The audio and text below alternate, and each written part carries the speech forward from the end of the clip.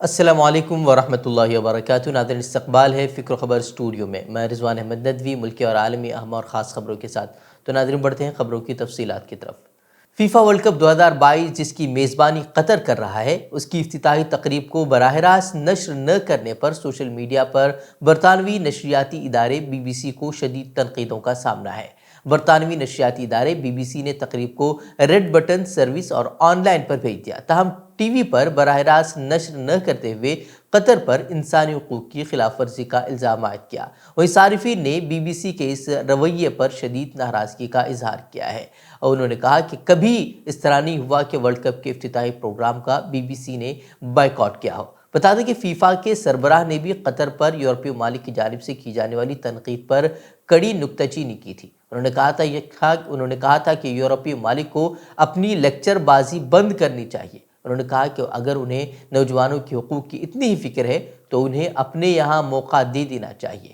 انہوں نے ساتھ یہ بھی کہا کہ یورپی لوگ گزشتہ 3000 سال سے انسانوں کے ساتھ جو سلوک کر رہے ہیں، اس کے ازالے کے لیے انہیں کم از کم 3000 سال تک انسانوں سے معافی مانگنی پڑے گی۔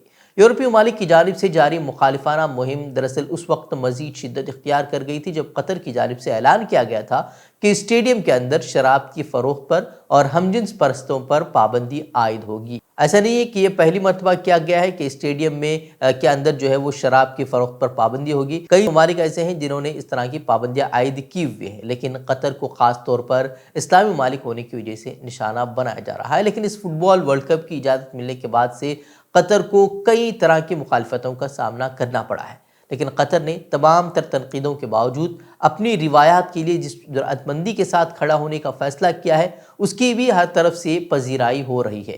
گزشتہ دنوں جب افتتاحی تقریب ہوئی تو یہ پہلا ورلڈ کپ تھا جس کا آغاز تلاوت کلام پاک سے کیا گیا۔ اتنا ہی نہیں، دنیا بھر سے سینکڑوں علماء کرام اور اسکالرز منگوا کر وہاں اسلام کی تبلیغ کا کام بھی زوروں پر جاری ہے، جس کا نتیجہ یہ ہے کہ سینکڑوں افراد نے قطر ورلڈ کپ سے قبل اسلام قبول کر لیا ہے اور اسلام میں داخل ہونے والوں کی تعداد مسلسل بڑھ رہی ہے۔ ریاست اتر پردیش میں مدارس کے سروے کے بعد ریاستی حکومت نے اتر پردیش کے سرحدی اضلاع میں واقع غیر تسلیم شدہ مدارس کی آمدنی کے ذرائع کی چھان بین کرنے کا اب فیصلہ کیا ہے۔ یوپی حکومت کے ذریعے کرائے گئے سروے میں زیادہ تر سرحدی مدارس نے زکوٰۃ کو اپنی آمدنی کا ذریعہ بتایا ہے۔ اب یہ پتہ لگانے کے لیے کہ سرحد کے 1500 سے زائد غیر تسلیم شدہ مدارس کو یہ زکوٰۃ کہاں سے موصول ہو رہی ہیں، اب اس کی بھی جانچ کرائی جائے گی۔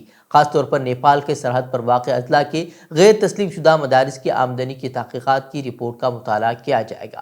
قابل ذکر ہے کہ حکومت کو ریاست میں غیر تسلیم شدہ مدارس کے سروے کی رپورٹ موصول ہوئی ہے۔ سروے میں یہ بات سامنے آئی ہے کہ تقریباً 8500 مدارس ایسے ہیں جنہیں تسلیم نہیں کیا گیا، ان میں 7,64,000 سے زیادہ بچے زیر تعلیم ہیں۔ وہیں سروے کرنے کے دوران اخراجات کے انتظامات کے بارے میں پوچھے جانے پر 90% نے احتیاط کے بارے میں بتایا تھا۔ وہیں حکومت کی نیت یہ ہے کہ یہ زکوٰۃ کا وہ ذریعہ بھی معلوم کرے۔ دہلی میں MCD انتخابی جنگ میں ٹکٹوں کے فروغ کے الزامات کے درمیان عام آدمی پارٹی اور اس کے MLAs کو ہر روز پریشانی کا سامنا کرنا پڑ رہا ہے۔ عام آدمی پارٹی کے MLA گلاب سنگھ یادو پر MCD انتخابات میں ٹکٹ بیچنے کا الزام لگا ہے۔ ناراض پارٹی کارکنوں نے ان کی پٹائی بھی کر دی ہے۔ مار پیٹ کی ایک ویڈیو جو ہے وہ سوشل میڈیا پر وائرل ہو رہی ہے۔ بتایا جا رہا ہے کہ یہ سارا معاملہ پیر کی رات تقریباً 8 بجے کا ہے۔ MLA گلاب سنگھ یادو شیام وہار میں اپنے کارکنوں کے ساتھ میٹنگ کر رہے تھے، اس دوران یہ واقعہ پیش آیا۔ کارکنوں نے MLA پر ٹکٹ بیچنے کا الزام لگایا اور انہیں مارنا شروع کر دیا۔ ایسے میں MLA کو میٹنگ چھوڑ کر بھاگنا پڑا۔ وہیں پورے واقعے کی ویڈیو شیئر کرتے ہوئے BJP نے عام آدمی پارٹی پر ٹکٹ بیچنے کا الزام لگایا ہے۔ BJP نے کہا کہ ایماندارانہ سیاست کے ڈرامے میں ملوث پارٹی کا یہ بے مثال منظر ہے۔ وہیں MLA گلاب یادو نے اس واقعے پر ٹویٹ کر کے BJP کو نشانہ بنایا ہے۔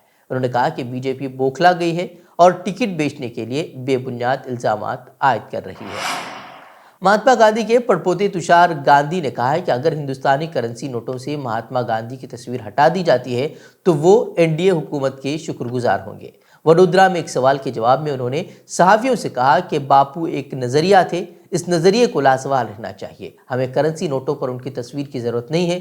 اگر حکومت باپو کی تصویر ہٹاتی ہے تو میں پہلی اور آخری بار اس حکومت کی حمایت کروں گا۔ تشار گاندھی نے مودی حکومت پر تنقید کرتے ہوئے کہا کہ جب سے انہوں نے حکومت سنبھالی ہے وہ تاریخ کو دوبارہ لکھنے میں لگی ہوئی ہے اور حکومتی مشنری اس تاریخ کو مٹانے میں سرگرم ہے جسے حکمراں پارٹی پسند نہیں کرتی۔